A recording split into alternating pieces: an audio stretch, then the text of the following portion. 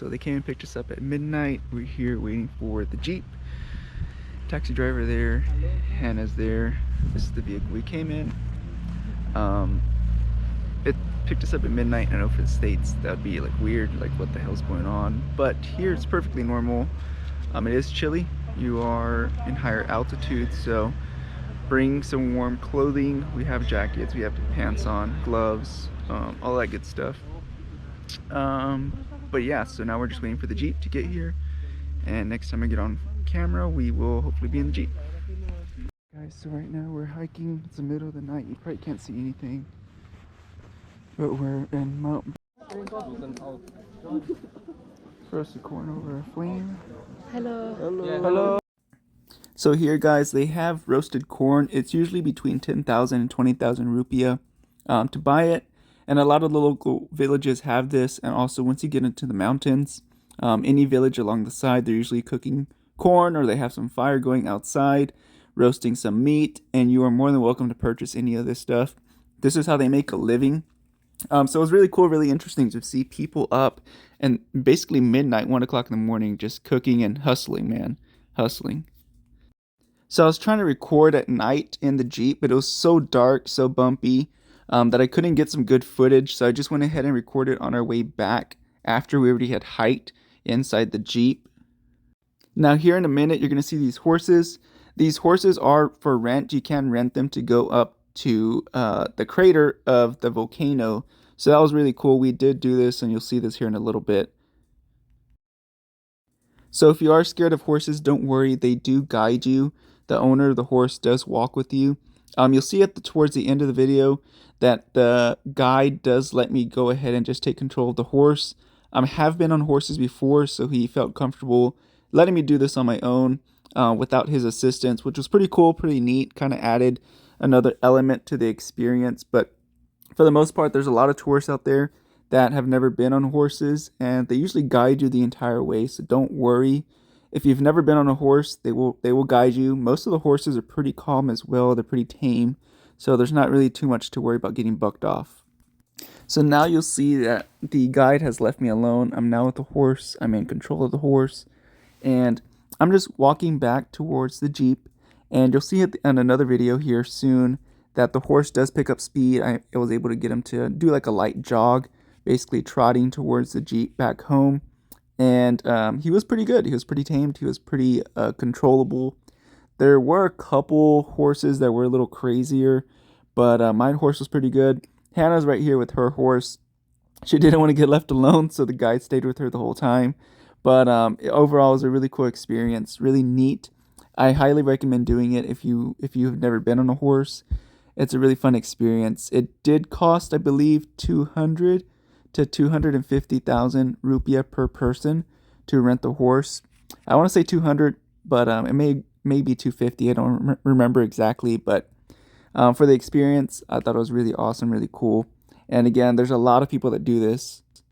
Now, one thing I didn't mention, and I didn't actually record either, but as you're going up the crater to the top, there are small little, I don't know what you would call them, little trails where there's probably about 4 foot, 5 foot, 6 foot drops on each side. It's just because the trail's so worn out. So you do have to make sure that your horse stays on course. Typically, he'll usually follow the trail, but if he does vary off of that trail, make sure you put him back on, because if not, the horse could fall, slip, or whatever, and you're on that horse, something could happen to you if that horse fell on you or if you fall off the edge. Again, it's not super, super crazy, but it could become a liability or a hazard if you're not aware of your surroundings and you don't pay attention to what's in front of you. So just, if you are alone, just go ahead and control the horse, move him in the correct direction. If you are with the guide will usually put the horse on the correct course for you, so you don't have to worry about that. So now you'll see that my horse starts to pick up speed. We pretty much kept this whole speed the entire time, but he was a really small horse compared to the horses we have in America. But this is a very popular area where people come and take photos because it looks very deserty. And on the other side too, if you're looking at this video straight ahead, behind that little mountain, it's very, very sandy, kind of like a desert, like a really natural looking desert. There's a lot of Jeeps that park out there and get photos with their clients, and etc. Sometimes people will take the horses out there and get photos as well. Now again, we are still here at Mount Bromo, the national park. So this is the stairs going up to the volcano.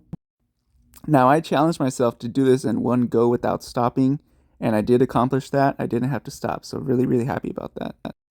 Here's a quick look inside the crater. Again, this is one of the first things we did in Java was visit Mount Bromo.